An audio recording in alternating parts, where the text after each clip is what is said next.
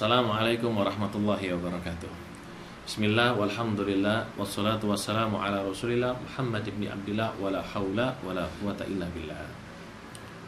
Kita ketemu lagi di dalam ta'lim di bulan Ramadan. Semoga ilmu yang kita dapat bermanfaat di dunia dan akhirat. Amin, Allahumma amin.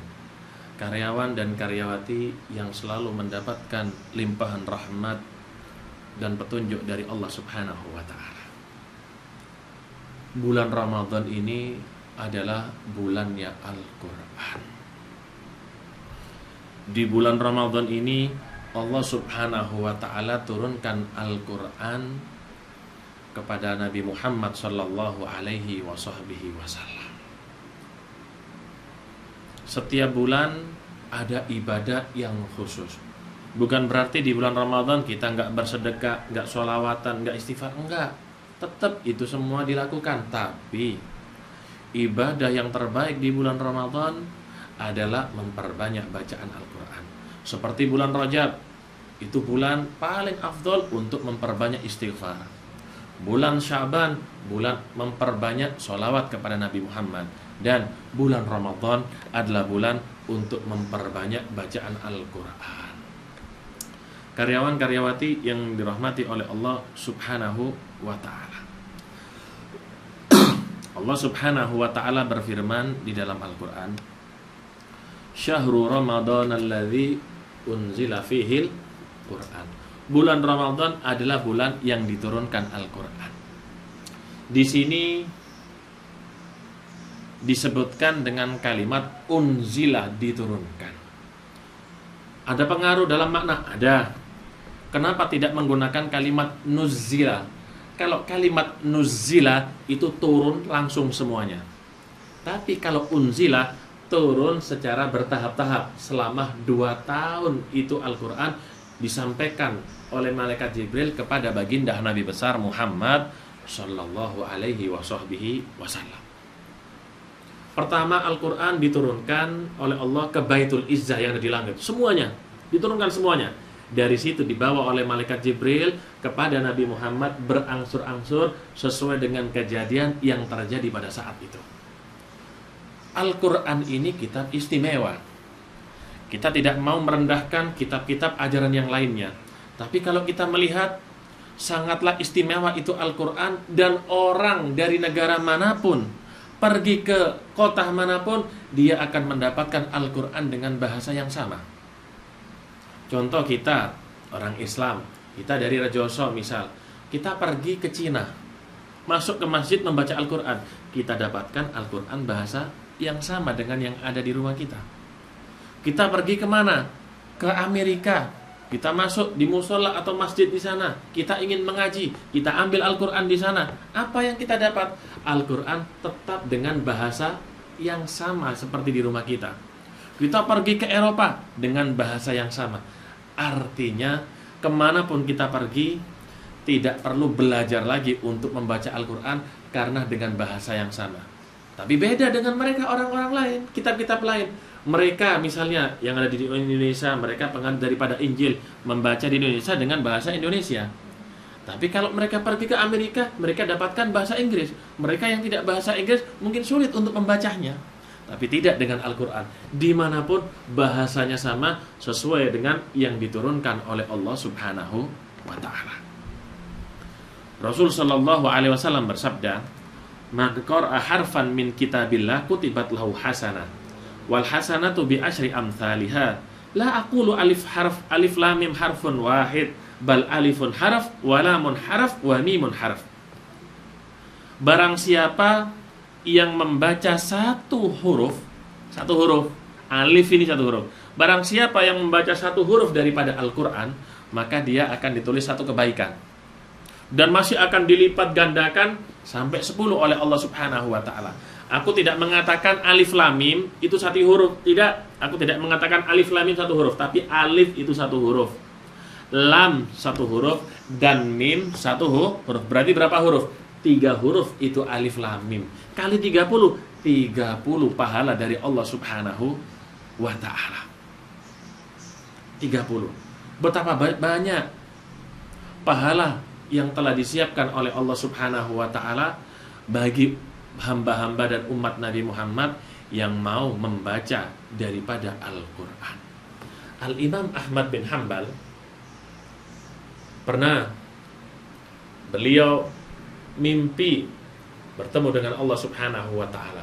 Banyak Al-Imam Tirmidzi Al-Hakim, kita nggak bisa menceritakan bagaimana karena Allah nggak sama. Yang penting Imam Ahmad bin Hanbal pernah bermimpi.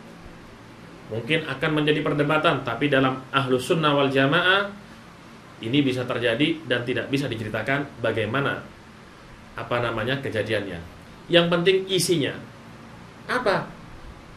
Al-Imam Ahmad bin Hanbal ini murid Imam Syafi'i. Dalam mimpinya bertanya, bima yataqarrab ilaikal mutaqarribun ya Rabb. Ya Allah, dengan apa orang-orang yang mendekatkan dirinya kepadamu ya Allah sehingga mereka mendapatkan kedudukan yang tinggi di sisimu ya Allah. Imam Ahmad bin Hanbal ingin tahu amal ibadah apa yang paling dekat dengan Allah Subhanahu wa taala, yang bisa mendekatkan kepada Allah. Dijawab oleh Allah Subhanahu wa taala, bitilawati kitabi ya Ahmad, dengan membaca kitabku yaitu Al-Qur'an wahai Ahmad. Kembali bertanya Imam Ahmad, bifahmin au bighairi fahmin ya Rabb. Ini pertanyaan Imam Ahmad bin Hanbal bukan untuk beliau, tapi pertanyaan beliau ini untuk kita yang gak faham dengan Al-Quran. Ya Allah, apakah mereka yang membaca itu harus memahami Al-Quran, atau walaupun tidak faham sama ya Allah? Apa jawaban daripada Allah Subhanahu wa ta'ala? Bifahmin au bighairi fahmin ya Ahmad. Baik mereka yang membaca dengan faham ataupun yang tidak faham, tetap dengan itu dia bisa dekat kepadaku, kata Allah Subhanahu wa ta'ala. Orang-orang dulu adalah orang-orang yang cinta dengan Al-Quran. Kalau sudah mendengar azan maghrib, mereka cepat-cepat sholat berjamaah dengan keluarganya atau di masjid. Setelah itu mereka tidak beranjak dari tempat sholatnya. Sajadahnya tetap masih belum digulung itu sajadah. Tetap sajadahnya seperti semula. Apa? Mereka berkumpul dengan keluarganya membaca Yasin. Setelah itu membaca rotib. Intinya mereka orang-orang dahulu sangat cinta dengan Al-Quran. Diceritakan seorang wali kutub, Al-Habib Muhammad bin Hasan Jamalullail. Habib Muhammad bin Hasan Jamalullail ini istimewa. Beliau ini kalau sudah masuk bulan Ramadan, beliau tiap hari baca Al-Quran, senangnya baca Al-Quran. Kalau sudah tiba bulan Ramadan, beliau siang hari nggak mau baca Al-Quran, nggak mau baca, malam baca Al-Quran. Orang-orang bingung, wahai Habib, kenapa Anda tidak membaca Al-Quran di siang hari? Apa jawaban beliau? Beliau ini cinta dengan Al-Quran. Apa jawabannya? Aku kalau membaca Al-Quran di siang hari, aku merasakan di bibirku rasanya daripada madu. Sehingga ketika aku merasakan madu, aku nggak nikmat puasa. Aku ingin puasa seperti orang lain yang merasakan haus dan dahaga. Saking cintanya dengan Al-Quran, membaca Al-Quran, menikmati kelezatan bermunajat kepada Allah, sampai merasakan rasanya madu ada di bibirnya. Sampai merasakan rasanya madu. Beliau itu kalau sudah di bulan Ramadan berkata kepada keluarganya, jangan ganggu aku. Masuk seperti ruangan untuk uzlah. Kalau orang-orang Jawa mengatakan bersemedi, uzlah itu ajaran Islam. Menyendiri, ditutup kunci. Jadi kalau misalnya mau berbuka, dikirimi makanan oleh pembantunya. Waktunya sahur dikirim, sudah nggak keluar dari situ. Wallah alam, ada kamar mandi atau tidak? Sebulan di situ.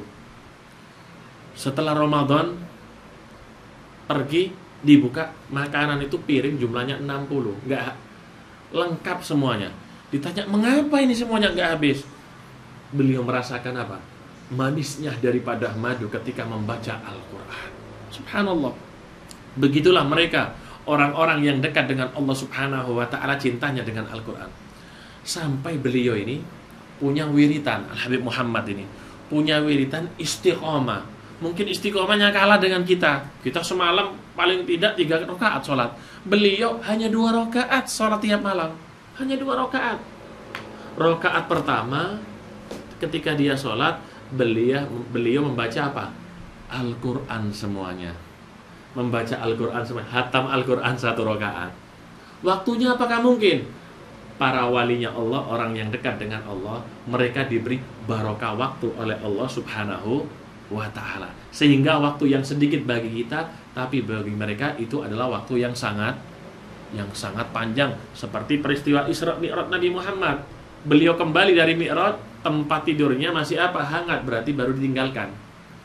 Karena karomah daripada wali itu bagian daripada mukjizat yang dimiliki oleh para nabi-nabi Allah subhanahu wa ta'ala. Dan rakaat kedua beliau membaca apa? Membaca Qul huwallahu ahad. Berapa kali? 90.000 kali. Itu wiritannya tiap malam. Kuat kira-kira kita hatam di rakaat pertama dan 90.000 kali. Oh kuat. Kalau orang zaman sekarang kuat, jangankan 90.000 kali, 120.000 kali kuat sampai malam hampir subuh. Apa? Membaca WhatsApp. Sampai 120.000 kali mereka kuat, mereka buka WhatsApp. Tapi kalau sudah untuk membaca Al-Quran, rasanya sudah kaku ini lisan, berat untuk mengeluarkan suara. Padahal di situ terdapat apa? Terdapat keridhaan daripada Allah subhanahu wa ta'ala. Dan kalau membaca Al-Quran itu ada adabnya. Ada adab. Kalau kita ini mau bertemu dengan bos kita sebagai karyawan, kalau kita ketemu bos gimana? Ya kita harus punya adab sopan san. Apalagi kita berhadapan dengan siapa? Raja dari segala raja, pencipta alam semesta, Allah subhanahu wa ta'ala. Bagaimana sikap dan adab kita di hadapan Allah subhanahu wa ta'ala? Karena Al-Quran itu kalamullah, berarti seakan-akan kita berbicara dengan siapa? Allah subhanahu wa ta'ala. Dikatakan di dalam kitab Tanbihul Muqtarin, orang-orang zaman dulu itu menganggap Al-Quran ini rasail min rabbihim, surat dari Allah. Kalau kita dapat surat cinta daripada kekasih kita baca sekali, tutup, langsung hafal kita. Kenapa? Karena kita membaca dengan cinta. Tapi kita membaca Al-Quran puluhan kali nggak hafal. Kenapa? Karena kita membacanya tidak dengan cinta. Mereka yang bercinta membaca surat sekali ditutup langsung hafal. Langsung hafal. Padahal sudah apa? Sudah hafal. Tapi tiap hari dibuka itu surat. Padahal hafal, tapi ingin melihat tulisannya. Begitu juga mereka orang yang cinta kepada Allah. Harus ada adab di dalam membaca Al-Quran. Yang pertama apa? Adab membaca Al-Quran, kata Al-Habib Abdullah Al-Haddad dalam kitabnya Nasaihud Diniyah, mukhlishon lillahi ta'ala wa muridan biha wajhul karim. Yang pertama paling penting apa? Ikhlas. Kita membaca bukan ingin dilihat manusia. Kita membaca bukan ingin dipuji suara kita indah. Tapi kita membaca, kita ikhlas, berharap ridho daripada Allah subhanahu wa ta'ala. Yang kedua, kita membaca Al-Quran apa tujuannya? At-taqarrub ilaihi wal fawz bi thawabih. Kita mendekatkan diri dengan membaca Al-Quran kepada Allah dan berharap dengan pahala yang telah disiapkan oleh Allah subhanahu wa ta'ala. Berharap pahala dari Allah, bukan imbalan daripada manusia. Kemudian adab daripada membaca Al-Quran, taliban ridwanullah, berharap ridho daripada Allah, tidak berharap daripada hal-hal duniawi, tidak berharap daripada dunia semata, tapi berharap ridho daripada Allah, surga daripada Allah subhanahu wa ta'ala. Kemudian yang berapa ini? Yang keempat mungkin. Adab daripada membaca Al-Quran, ayyakuna mumtali as-sir wal qalb bi'azamatil mutakallim azza wa jal khadi'an li jalali. Hati kita merasa dipenuhi dengan keagungan karena kita saat itu membaca kalamnya Allah subhanahu wa ta'ala, sehingga kita mengagungkan ketika membaca Al-Quran. Pakaiannya, kalau kita bertemu dengan bos kita pakai baju yang bagus, pakai sepatu. Kenapa? Kita berhadapan dengan bos. Tapi gimana kalau kita berhadapan dengan Allah, ketika kita membaca Al-Quran? Kadang-kadang pakai kaos pendek, tapi justru ketika baca Al-Quran, hiaslah diri kita, berhias kita. Kenapa? Karena kita berhadapan dengan Allah subhanahu wa ta'ala. Kemudian khasyi'ul qalb, khusyuk hati kita membaca Al-Quran, sehingga dengan adab ketika membaca, hati kita dipenuhi dengan sir rahasia daripada keagungan Allah, dan kita akan mendapatkan apa yang telah dijanjikan oleh Allah dan Nabi Muhammad SAW. Mudah-mudahan kita semua selalu dibimbing oleh Allah untuk istiqamah membaca daripada Al-Quran. Dan mudah-mudahan kita semua mendapatkan syafaat daripada Al-Quran di hari kiamat nanti. Amin. Allahumma amin. Wassalamualaikum warahmatullahi wabarakatuh.